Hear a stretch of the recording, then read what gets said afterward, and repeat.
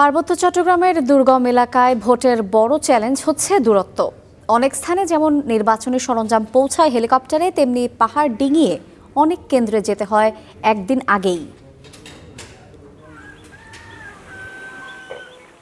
আঁকাবাঁকা পাহাড়ি পথে 5 ঘন্টার যাত্রা। এরপর দেখা মেলে বান্দরবান সদর উপজেলার টঙ্কাপতি ইউনিয়নের দুর্গম গ্রাম নতুন রমজুপাড়া। গ্রামটির চারপাশ পাহাড়ে ঘেরা। এখান থেকে সবচেয়ে নিকটবর্তী ভোটকেন্দ্রটির অবস্থানও প্রায় 25 কিলোমিটার দূরে।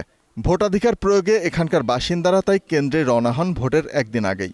পা দিয়ে হেঁটে হেঁটে যায়, আমরা একটু কষ্ট করে। তাহলে একদিন আগে যা পড়ে বয়স্ক মানুষরা তো আসলে ওই সহজে যাইতে পারবে না, তো তাই তারা একদিন আগে তারা ওখানে উপস্থিত হয়। দুর্গম রাস্তা, তো আমরা ওইখান থেকে নদী বা ওই পাহাড় বেয়ে চলে আসে, খুব কষ্ট।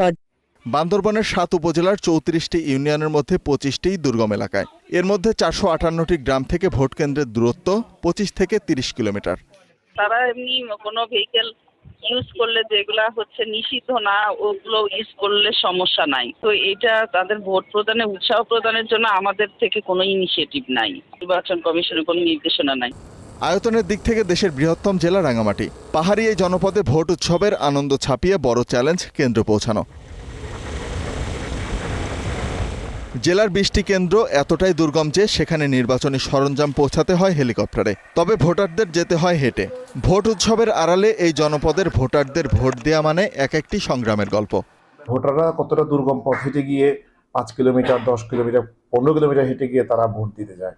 এটা বরাবরই পার্বত্য চট্টগ্রামের সাধারণ মানুষের কাছে উৎসবমুখর পরিবেশেই ভোটটা হয়। তারা নিজেদের জনপ্রতিনিধি নির্বাচনের জন্য তারা যায়, কিন্তু এই দুর্গমতাটাকে আসলে সহজ করার জন্য সরকারি পর্যায় থেকে যথাযথ পদক্ষেপ আমরা আসলে চোখে পড়ে না। স্থানীয় প্রশাসন বলছে ভোটারদের নিরাপত্তায় কাজ করছে আইন শৃঙ্খলা বাহিনী।